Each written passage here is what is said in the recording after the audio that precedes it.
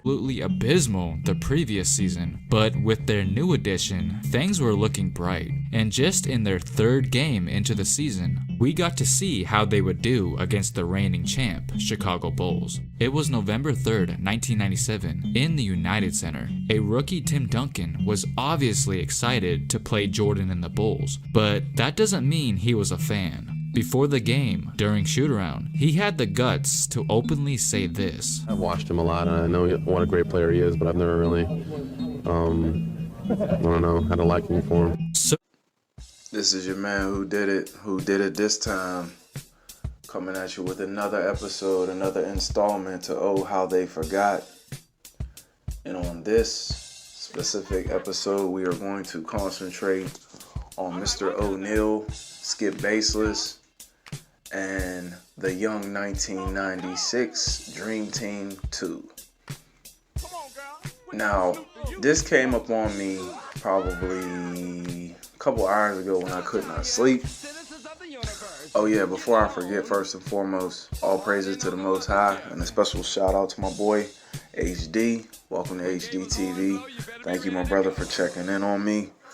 You don't know how much that means to me, man, as a fellow brother out here, man, trying to push that positive content and being a YouTube content creator. You know how I feel about yourself. You are the hardest working man, you, Carcino, and I gotta even throw my man Too Raw in there, and there's other guys out there as well, but you guys are kicking tail, and you guys are always on it, man, when it comes to keeping us on our toes with the information, so thank you. But it was a couple hours ago, man, I woke up and they had the 1996 Dream Team 2 up against the Select Team USA. Austin Crozier, a young knight from Stanford, a couple other guys. Paul Pierce was very young. Toby Bailey from the UCLA Bruins. I reckon, Chauncey Billups off the bench. But the star of stars was none other than Tim Duncan. Pardon me. Tim Duncan not only held his own on defense against Shaquille O'Neal, prime Shaquille O'Neal, right before the Laker trade, David Robinson, who was starting to diminish a little bit, and an older Hakeem Olajuwon. The power forwards on that team were Charles Barkley and Karl Malone. Tim Duncan went to work, man, from the beginning of the game all the way towards the end when pretty much the game was over. The best player on the court was Tim Duncan, and he put everybody on notice that day. Similar to when Michael Jordan went up against the NBA All-Stars in the early 80s, and he was the best player on the court. And I say to you all, the reason why we got to highlight Shaq is because this week, obviously, Skip Bayless had made a comment stating that Shaquille O'Neal is the greatest big man of all time. And then Shaq, to me, was a humble move where he told the world that he believes he's number 4 all time. I disagree with both gentlemen, but I do respect Shaq for at least not trying to hog up all the attention on the center position all time. I don't even know if Shaq's a better center than Tim Duncan was as a center. Obviously, Tim Duncan came in the NBA as a power forward, and he was part of the Twin Tower duo with David Robinson.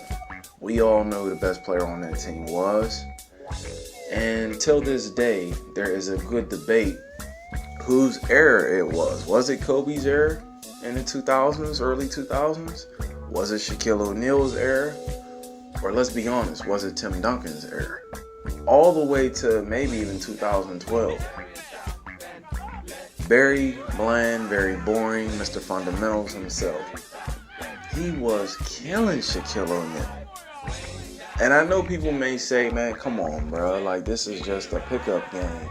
This was, they didn't take him serious. No, you got to watch the game for yourself.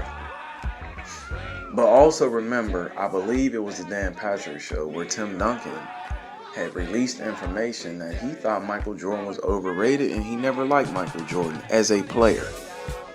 Like Allen Iverson, who said, he puts his shoes on just like me and his shorts on just like me.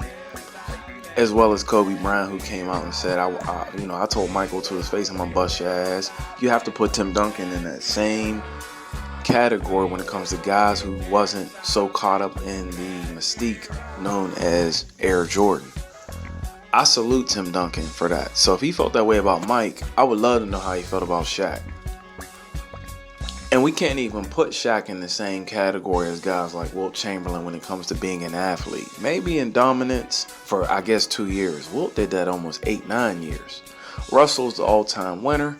Hakeem Olajuwon, skill for skill, pound for pound, is better than Shaq. Kareem, people don't understand that if Kareem had the mindset of a Kobe Bryant or Michael Jordan, he too could have scored 100 points because of his skill set, and the competition wasn't quite up to par when it comes to going up against Kareem, even though Kareem went up against a lot of good centers as well. Don't let them lie to you.